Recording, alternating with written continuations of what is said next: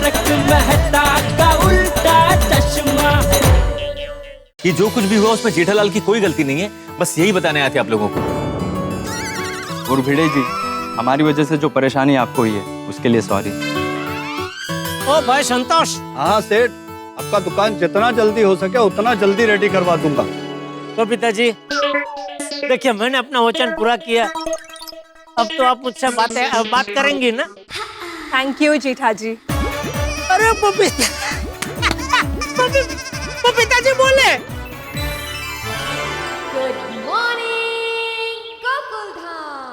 हाँ, तो 6 महीने का हिसाब चेक करके ऑडिट के लिए फाइल रेडी करना है। हाँ, 1 मिनट अय्यर भाई।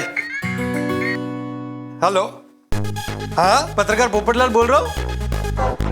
अभी नहीं, अभी नहीं आ सकता मैं। हाँ, वो भेज दूंगा, अभी थोड़ी देर में भेज दूंगा। Okay bye. सॉरी अय्यर भाई, पत्रकार होने के नाते मुझे काम के लिए कभी भी फोन आ जाता है, और कुंवारा होने के नाते शादी के लिए तो फोन उठाना ही पड़ता है। अरे 1 मिनट अय्यर भाई, आपने भिड़े से सारा हिसाब ले लिया है ना? सारा मतलब सारा हिसाब, गणपति के बिल्स, नवरात्रि के बिल्स, दिवाली के बिल्स सब ले लिया है ना? हाँ पोपटलाल, सब मैंने ले लिया है। क्या है ना अय्यर भाई, आप सोसाइटी के ट्रेजरर है, अगर कुछ भी गड़बड़ हुई ना तो पैसे आपको अपनी जेब से भरने पड़ेंगे। पोपटलाल, ऐसा मौका आएगा ही नहीं। अरे आत्माराम इतने सालों से सेक्रेटरी है, वो कभी ऐसा गलती करेगा ही नहीं। नहीं, वो इसलिए नहीं करता है क्योंकि आप दोनों के हिसाब चेक करने के बाद मैं डबल चेक करता हूँ। उसे पता है कि एक भी गलती की ना तो मैं उसकी दुनिया हिला दूंगा। चलो पोपटलाल, 6 महीने का हिसाब चेक करना है, मेरे को वर्क फ्रॉम होम भी है, तुम्हारा जैसा छुट्टी नहीं है। अरे भाई, मेरा भी आज छुट्टी नहीं है, और आज क्या, पत्रकारों की कभी छुट्टी नहीं होती। अच्छा, हो पोपटलाल, एक सजेशन है तू। क्या? तुम कभी शादी मत करना। क्या? क्यों? अरे तुमको छुट्टी नहीं मिलता है ना, और पोपटलाल शादी के लिए बहुत सारा छुट्टी का जरूरत होता है। पहले शादी के प्रिपरेशन के लिए छुट्टी, फिर शादी के लिए छुट्टी, फिर शादी के बाद हनीमून के लिए छुट्टी, फिर इतना सारा छुट्टी तुम मैनेज कैसे करेगा? अरे इसीलिए तो मैं अभी छुट्टी नहीं ले रहा हूँ, ताकि तभी लंबी छुट्टी ले सकूं। अभी वो सब छोड़िए ना, हम लोग हिसाब देख लेते हैं फटाफट। भिड़े को फोन करके पूछो वो घर से निकला है कि नहीं। हाँ। अहो मी काय म्हणते, फोन बज रहा है आपका। अहो फोन बज रहा है आपका। हाँ माधवी, फोन तो बजेगा ही ना, मुझे पता है।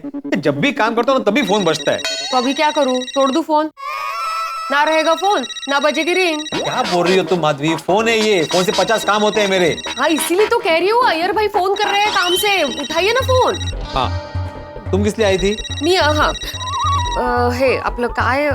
अरे बोलो जल्दी। अभी भूल गई हो। तो जाओ मेरे लिए चाय लेके आओ। हाँ बोलो अय्यर। आत्माराम, अब मैं और पोपटलाल सोसाइटी ऑफिस में आ गए हैं, तुम आ रहे हो ना? हाँ बस 5 मिनट में आ रहा हूँ। ओके, आ जाओ। क्या बोला? 5 मिनट में आ रहा। इस पे साइन करना तो रह ही गया। अरे पेन कहाँ गई मेरी? अरे माधवी, मेरी पेन कहाँ है? अभी आपके लिए चाय बनाऊं या पेन ढूंढूं? अरे मेरी चीजों को हाथ मत लगाया करो, यहाँ वहां रख देती हो।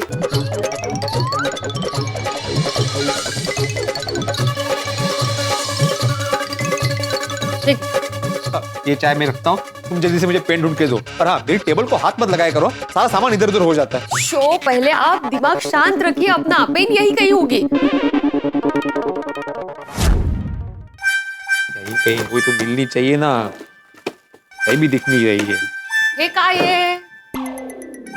वहां पे किसने रखी पेन? क्रॉसवर्ड कौन भर रहा था सुबह सुबह?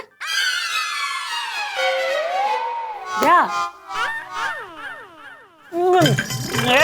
काय झालं? अरे तुला काय झालं माधवी, चाय में शक्कर ही नहीं डाली तुमने। अय्या, भूल गई। ये सब ना आपकी वजह से हुआ है। मेरी वजह से? मेरी क्या गलती है? कब से चाय लाओ, मदर्स पेन कहाँ है, इसलिए भूल गई शक्कर डालना। आप ना थोड़ा शांत रखिए ना दिमाग। 2-2 मिनट के बाद ऐसे कुकर की तरह बज रहे हैं। तो हमारे माधवी सोसाइटी के एकमेव सेक्रेटरी को तुम कुकर की उपमा दे रही हो? तो सेक्रेटरी है तो सेक्रेटरी जैसी बात कीजिए ना। कब से कितना गुस्सा कर रहे हैं आप, अच्छा लगता है क्या? इतने अच्छे अच्छे सुविचार लिखते हो तो कभी खुद पे भी अमल करो। नहीं, वैसे तुम सही कह रही हो, मैं बेवजह ही गुस्सा कर रहा था। माँ, अभी नीचे जाके यही सुविचार लिखो, छोटी छोटी बातों में गुस्सा नहीं करना चाहिए। हाँ, ये अच्छा आइडिया। लाइए, मैं शक्कर डाल के लाती। नहीं नहीं नहीं नहीं, मैं यही बिना शक्कर वाली चाय पीऊंगा माधवी। मैं अपनी गलती का प्रायश्चित करना चाहता हूँ और आज की सीख मुझे हमेशा याद रहे, ठीक है?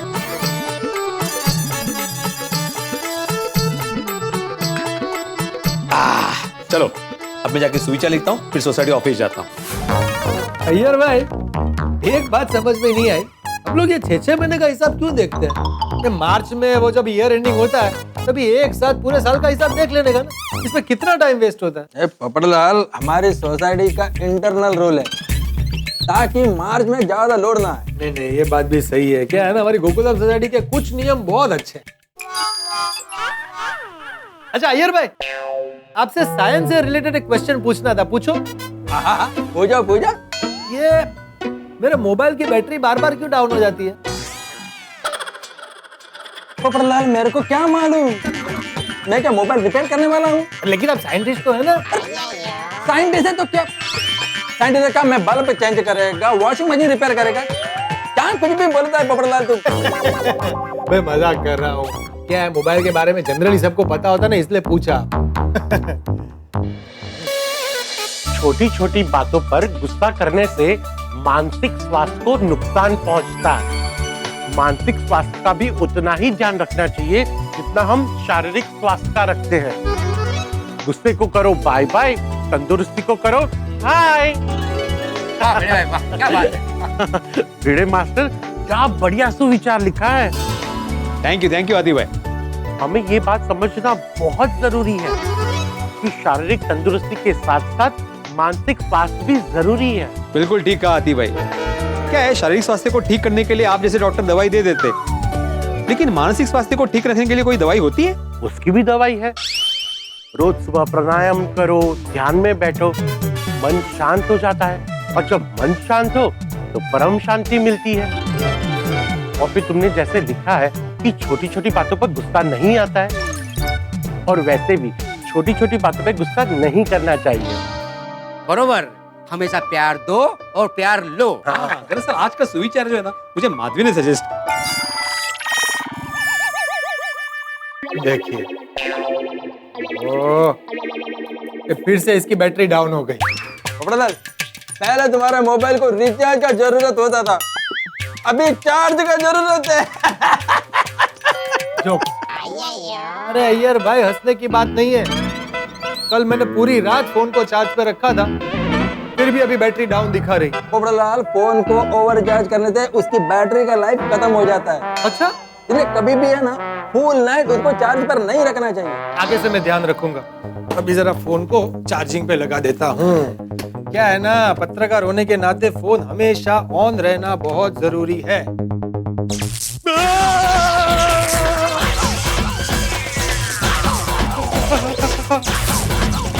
पोपटलाल, अरे पोपटलाल, क्या हुआ? इलेक्ट्रिक का शॉक लगा। स्विच बराबर नहीं है, ये सारे भिड़ा की गलती है। अरे पोपटलाल, इसमें आत्माराम का क्या गलती है? अरे वो सोसाइटी का सेक्रेटरी है, ये सोसाइटी का ऑफिस है, इधर का स्विच बराबर नहीं है, उसको पता होना चाहिए। आज मैं भिड़ा की दुनिया हिला दूंगा। भिड़ा, पोपटलाल, भिड़ा, मैं तेरी दुनिया हिला दूंगा। भिड़ा, ओ पोपटलाल, यहाँ क्या हुआ? भिड़ा, कितना गैर जिम्मेदार हो गए। अरे ध्यान कहाँ रहता है तुम्हारा? क्या हुआ पोपटलाल, इतना गुस्सा क्यों हो? क्या किया मैंने? अरे गुस्सा नहीं करूँ तो और क्या करूँ? ये सुविचार पढ़ो और शांति से बात करो। सही बात है। अरे क्या सही बात है? ये सुविचार पढ़ने का टाइम नहीं है। आप लोगों को पता है मेरे साथ क्या हुआ? जब तक तुम बताओगे नहीं कि तुम्हारे साथ क्या हुआ है, तब तक हमें कैसे पता चलेगा? हाँ बताओ तो सही, हुआ क्या? अभी मैं अय्यर भाई के साथ सोसाइटी ऑफिस में था और मुझे जोरदार झटका लगा। क्या बात कर रहे हो पोपटलाल? अय्यर भाई ने ऐसा क्या कह दिया कि तुमको जोरदार झटका लगा? ओ जेठालाल, मैंने पोपटलाल को कुछ नहीं बोला है। अच्छा, मतलब आप ये कहना चाह रहे हैं कि अभी पोपटलाल हाथ से गया है, उसको बोलने जैसा कुछ रहा ही नहीं है। अरे क्या कुछ भी बोलता है, बात क्या है वो तुमको मालूम नहीं, फिर भी बीच में टांग अड़ाता है। तो फिर पोपटलाल ऐसा क्यों बोल रहा है कि भाई आपकी वजह से उसको जोरदार झटका लगा? अरे मेरी वजह से झटका नहीं लगा है।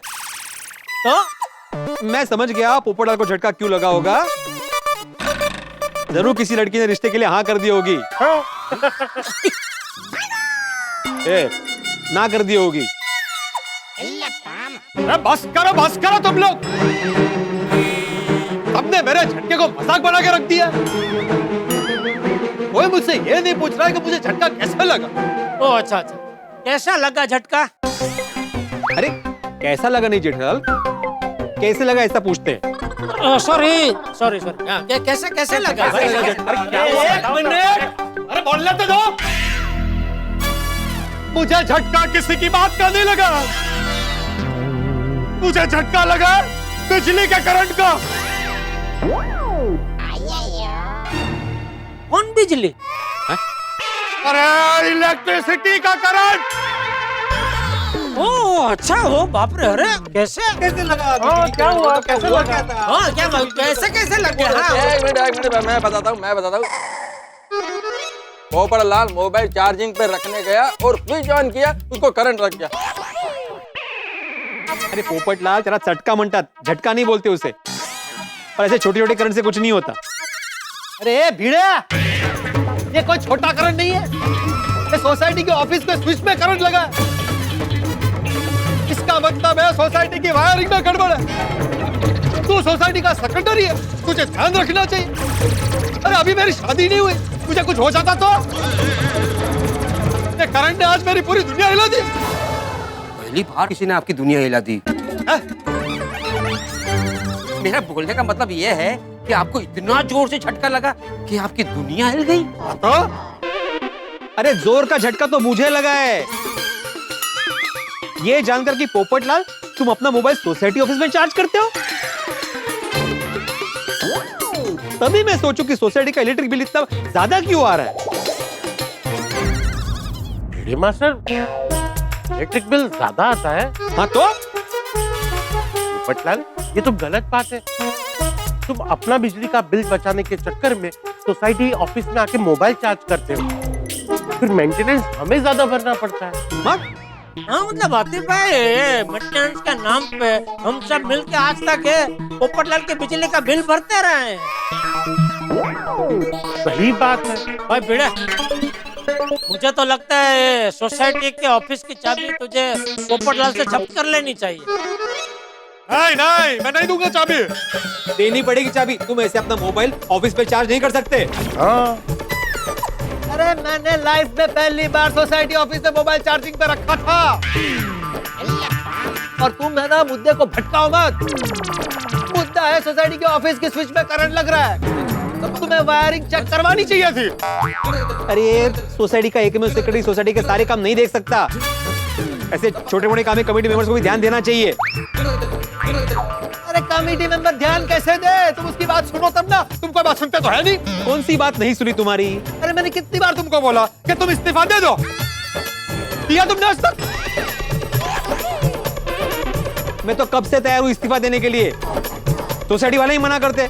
आज तो मैं इस्तीफा दे ही देता हूँ। अरे नहीं भाई नहीं, तू कहाँ इसकी बातों में आ रहा है? कोई इस्तीफा देने की जरूरत नहीं है। देखो तू इस्तीफा दे, अभी क्या भी दे। ओहो, लगता है करंट का असर इसके दिमाग तक पहुंच गया। आतिफ भाई जरा पोपटलाल को चेक तो करो। मैं अभी चेक नहीं कर सकता, मुझे दूसरे पेशेंट को देखने जाना है। आतिफ भाई, यहाँ पेशेंट रेडी खड़ा है, उसको छोड़ के आपको बाहर पेशेंट ढूंढने जाना है। जी ठीक है। पोपटलाल को देख के लगता नहीं है कि उसे करंट का कोई असर हुआ है। फिर भी एक ऊपर से हाथ तो मार लो। अरे क्या हाथ मार दो? क्या मैं कोई दीवार हूँ? हाथी भाई पेंटर है कि मेरे ऊपर ऐसे ऊपर से हाथ मार दो? अरे कुछ नहीं हुआ है मुझे। हाँ वही मैं बोल रहा हूँ, कुछ नहीं हुआ है तुम्हें। तुम्हारी आदत है राई का पहाड़ बनाने की। एक चींटी काटती है और बोलती है डायनासोर ने काटा। अच्छा, राय का पहाड़। ठीक, एक काम कर, तू मेरे साथ सोसाइटी के ऑफिस चल और स्विच को हाथ लगा के दिखा। अरे क्या बचपन है पोपटलाल, मैं क्यों हाथ लगाऊं? अरे हाथ नहीं लगाना तो अभी कभी इलेक्ट्रिशियन को बुला। अरे इलेक्ट्रिशियन का बुलाने की क्या जरूरत है यार भाई, है ना? ओ जनरल, मैं इलेक्ट्रिशियन नहीं हूँ, मैं साइंटिस्ट हूँ, साइंटिस्ट। आप पर साइंटिस्ट बनने के लिए आपने साइंस ही पढ़ा है ना? अरे तो साइंस में तो आता ही है ना, सब वायर वायर सब नहीं आता। अभी साइंस तो डॉक्टर हादी ने भी पढ़ा है, तो क्या वो भी इलेक्ट्रिशियन है? अय्यर, ये क्या बोल रहे हो? इतना पढ़े लिखे होकर एक डॉक्टर को इलेक्ट्रिशियन बोल रहे हो? अरे मैं नहीं डॉक्टर, नहीं ये जनरल कुछ भी बोल रहा है कि साइंस पढ़ने वाला इलेक्ट्रिशियन होता है। क्या बोल रहा है तुम? अरे क्या कुछ भी बोल रहा है यार भाई। एक मिनट भिड़े, तो साइंस में वो फिजिक्स आता है कि नहीं है? उसमें नहीं आता, वायर का वो सब नहीं आता है।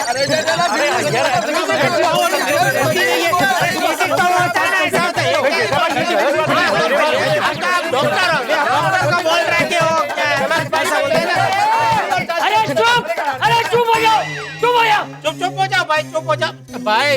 अब्दुल, क्या है ये? हैं? कौवे की तरह सब लोग काम काम क्यों कर रहे हो? यार भाई,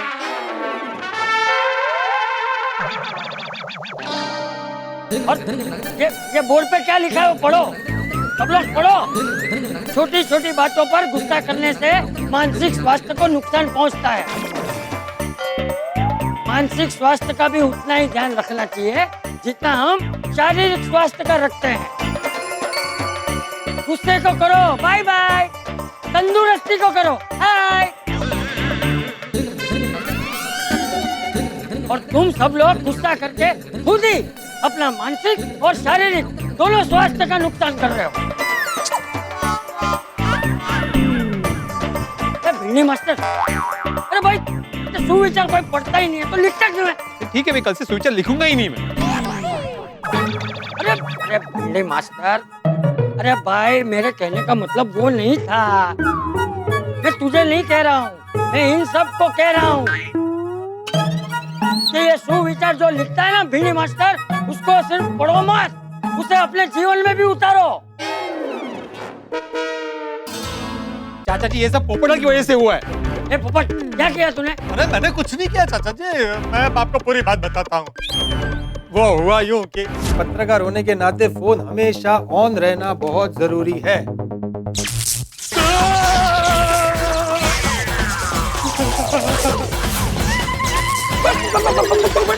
अभी आप ही बताइए किसकी गलती है? किसी की नहीं, न तेरी न भिंडी मास्टर। चलो सॉरी बोलो। सॉरी चाचा जी। सॉरी सॉरी बापूजी।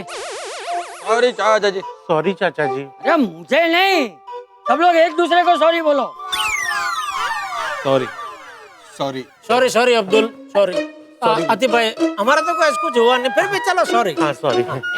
सॉरी। ओके, तुम मेरे को सॉरी नहीं बोलेगा चाचा जी? Sorry sorry sorry. शाबाश। अच्छा, अब तो एक काम करना, जितनी जल्दी हो सके इलेक्ट्रिशियन को बुला के ये प्रॉब्लम सॉल्व कर देना। ओके बेटे भाई। हाँ, और कुछ? तो और क्या, कोई अच्छी लड़की दिखे तो मेरे रिश्ते की बात करना। ये कठिन है। देखिए, तेरे हाथ में क्या है? ओ जलेबी फाफड़ा बापूजी। ऐसे यार थोड़ा मन हो गया जलेबी फाफड़ा खाने का तो ले आया। अरे भाई, जिसको भी खाने की इच्छा हो आ जाओ, हाँ? साथ में बैठ के खाते हैं, मैं थोड़ा ज्यादा ही लेके आया हूँ। चलो आओ आओ आओ। देखा भाई, मैं जलेबी फाफड़ा अपने घर खाने जरूर आता, पर क्या है ना, अभी थोड़ी देर पहले मैंने नाश्ता किया है और एक पेशेंट को भी देखने जाना है, इसीलिए आज मैं नहीं आ सकता। मैं चलता हूँ। ओके, ठीक है, चलिए। आयर भाई। हाँ भिड़े पोपटलाल, हो गया। पक्का? यार कैसा पक्का? पूरा तुम ही खाओ। अरे चले बाबूजी, ठीक है, चलो ओके। चलो ओके, चलो देखते हैं हिसाब। आहो, हाँ बोलो माधवी, जल्दी ऊपर आइए, एक जरूरी बात करनी है। क्या हुआ? कुछ टेंशन है क्या? और टेंशन वाली बात नहीं है, खुशखबरी है। ठीक है, फिर मैं वो सोसाइटी में हिसाब देख के आता हूँ फिर। हाँ लेकिन जल्दी आइए। नहीं आत्माराम, माधवी भाभी को कोई अर्जेंट काम होगा, तुम जाओ, मैं और पोपटलाल हिसाब देख लेंगे। हाँ हाँ बेटा, तुम जाओ, कोई टेंशन नहीं, जाओ। पक्का ना? अरे हाँ भाई, इलेक्ट्रिशियन आ रहा है ना। टेंशन मत। चलो ठीक है, thank you. Okay. Thank you पोपट भौजी, अय्यर भाई। नहीं ठीक है ठीक है। आइए अय्यर भाई, अपना काम कर ले। माधवी भाभी ने कहा है कि हमारे जो टेंशन राम है, यानी कि आत्माराम तुकाराम भिड़े, इनकी जिंदगी में एक खुशखबरी है। अब वो खुशखबरी क्या है ये तो कौन जाने। वैसे भी हम मिडिल क्लास लोगों की जिंदगी में खुशखबरी कहाँ टिकती है साहब। अगर हम बर्फीली पहाड़ों पे जाएं तो वहाँ बर्फ नहीं होती, हम रेगिस्तान में जाएं तो वहाँ ठंड लगने लगती है, और हम कोई नई गाड़ी खरीद लें तो पेट्रोल डीजल के दाम इतने महंगे हो जाते हैं कि फिर क्या किया जाए। यानी कि कुल मिला के बजट के सामने हमारी सारी खुशियां घुटने टेक देती है। कांच की तरह होती है हमारी खुशियां, टूट के बिखर जाती है। लेकिन अब यहाँ ये देखना है कि आत्माराम तुकाराम भिड़े की जिंदगी में कौन सी खुशखबरी, ये खुशखबरी क्षणभंगुर तो नहीं। अब क्या है ये खुशखबरी, ये जानने के लिए आपको देखना होगा तारक मेहता का उल्टा चश्मा। देखते रहिए, हंसते रहिए। अहो वीनू आ रहा है, वीनू। वीनू मतलब तुम्हारा भाई विनायक? हाँ, मैं सोच रही हूँ ये साड़ी पहन के मैं वीनू का स्वागत करूंगी। आपको पता है ना ये साड़ी स्पेशल क्यों है? पता है माधवी, ये साड़ी तुम्हें विनायक ने गिफ्ट की थी। वो चमको लॉन्ड्री वाला है ना, वहाँ जाकर तू इस्त्री करवा के लाएगी क्या? हो आई। अरे काही गरज नाही, माझ्याकडे द्या। चमको लॉन्ड्री के पास जाने की क्या जरूरत है? मैं हूं ना, मैं मस्तपैकी इस्त्री करूंगा इसको।